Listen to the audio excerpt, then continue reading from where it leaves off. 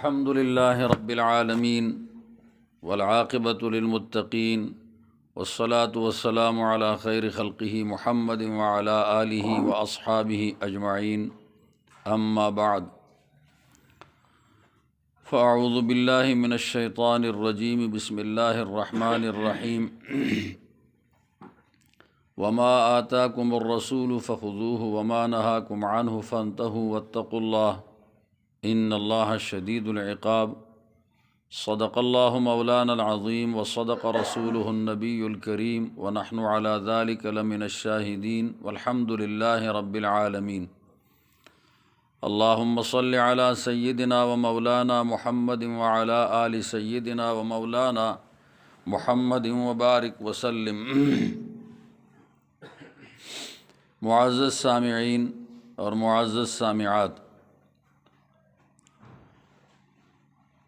اس بات کا پہلے ہم سب اور آپ اہتمام کر لیں کہ اپنی تمام مشغولیتیں منقطع کر دیں،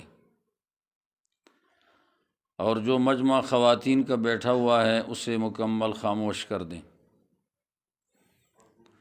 اور ان سب کو نگرانی میں رکھیں۔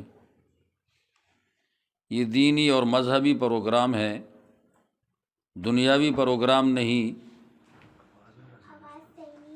دنیاوی پروگراموں کے اندر کوئی بات کرتا ہے، کوئی کچھ اور مشغولیتوں میں لگا رہتا ہے، وہ چلتے رہتے ہیں۔ یہ خالص دینی پروگرام ہے، اس کے اندر اور مشغولیتوں میں لگنا یہ دین کی بے ادبی ہے۔ قرآن مجید میں ہے وَإِذَا قُرِئَ الْقُرْآنُ فَاسْتَمِعُوا لَهُ وَأَنصِتُوا لَعَلَّكُمْ تُرْحَمُونَ۔ جب قرآن مجید کی تلاوت کر دی جائے، اس کا مقصود اور مغز بتایا جائے تو کان لگا کے سنو اور چپ رہو۔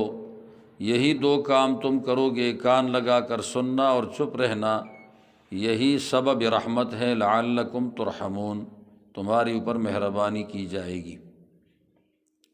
تو یہ سارے مشاغل منقطع کر دیں۔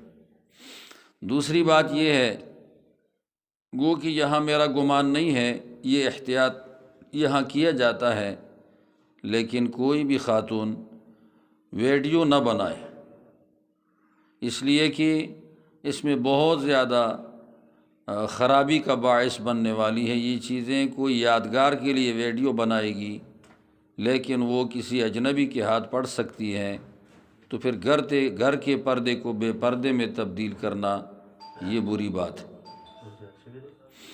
تیسری بات یہ ہے کہ ساری متوجہ ہو جائیں اور طلب کے ساتھ بات کو سنیں۔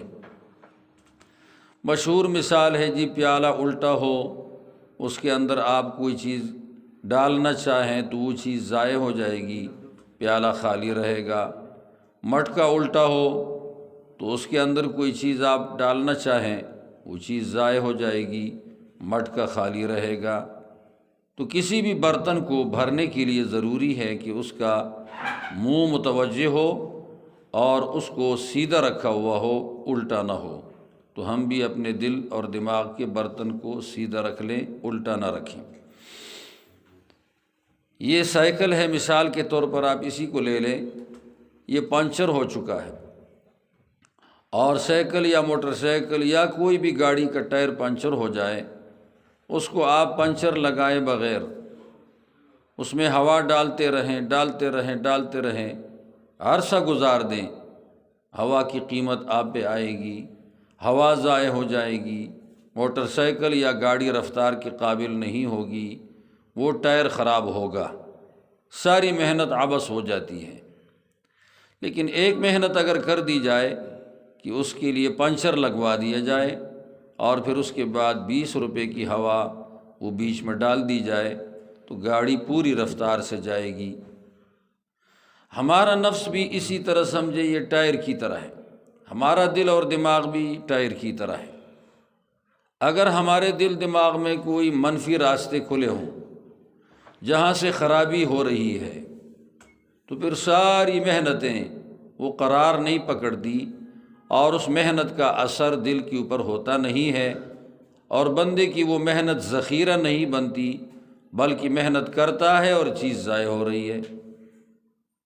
بہتر یہ ہے کہ ہم سارے سننے والے بولنے والے سمیت اپنے دل دماغ سے اس ٹائر کی طرح منفی راستہ ختم کر دیں، بند کر دیں اور اس کو پنچر لگوا دیں، پھر تھوڑی سی محنت بھی قرار پکڑے گی اور ہمارے لیے ہمارا کام بن جائے گا۔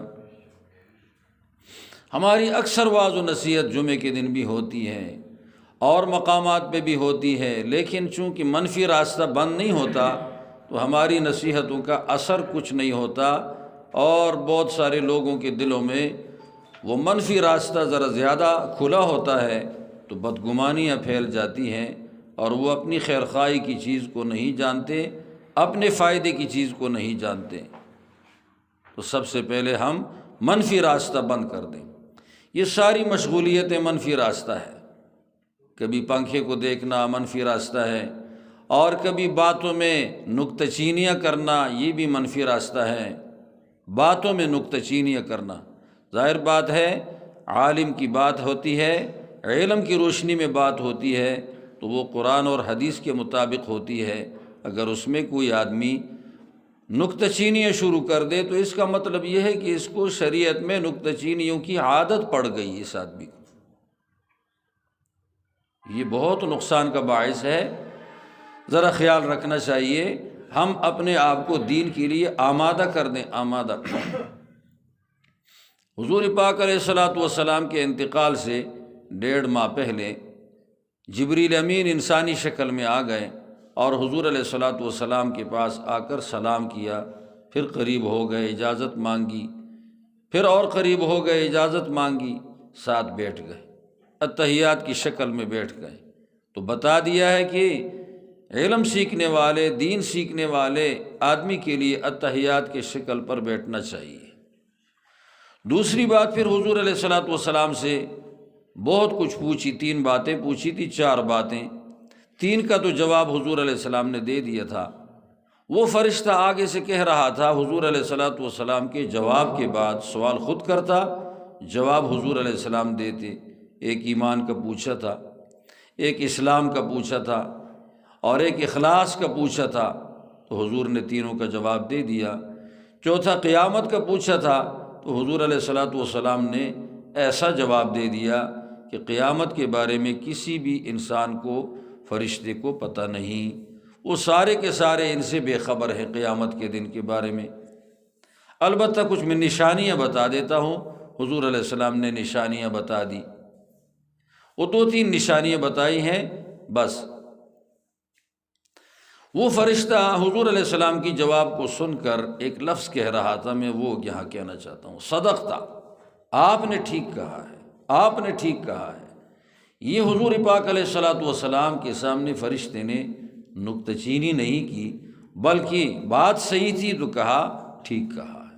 ہم اس فرشتے والا مزاج بنائے جی، ٹھیک بات ہے جی، صحیح بات ہے جی، اپنی کمی کو بولنے والے کے اوپر نہ ڈالیں کہ ہم بولنے والے کی بات کو رد کر دیں، کمی اپنی ہے اور ڈالتے اس کے اوپر ہے کہ صاحب کی بات ٹھیک نہیں ہے، صاحب کی بات ٹھیک ہے۔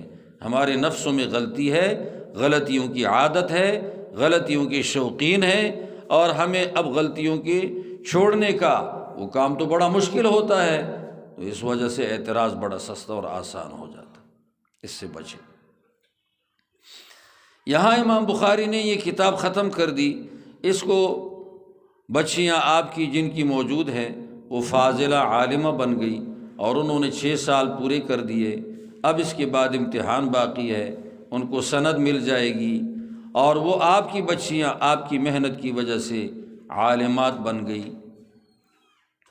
لیکن ایک حدیث قرآن ترمذی شریف میں موجود ہے، وہ آپ سارے سنتے اور پڑھتے بھی ہیں، تبلیغی جماعت میں نکلے ہوئے تو ہر روز دہراتے ہیں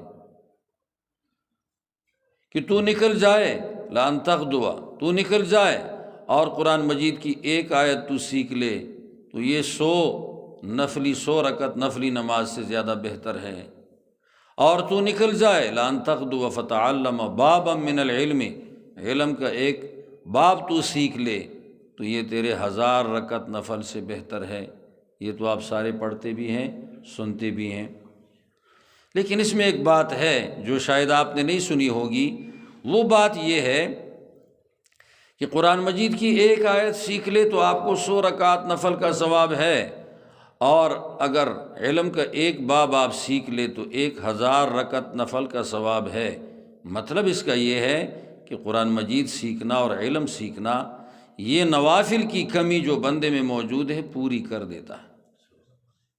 علم سیکھنے سے، سکھانے سے وہ جو نوافل کی کمی ہوگی وہ پوری ہو جاتی ہے، بندے کو نوافل پڑھے بغیر نوافل سے زیادہ ثواب مل جاتا ہے، بڑا ثواب مل جاتا ہے۔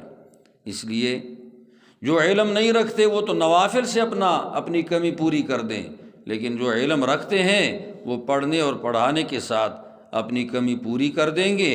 لیکن غیر عالم نوافل سے جو اپنی کمی پوری کر رہا ہے، اس کا مقام عالم کے اس پڑھنے پڑھانے کے ساتھ جو اس کی کمی پوری ہو رہی ہے اس تک بالکل نہیں پہنچ سکتا۔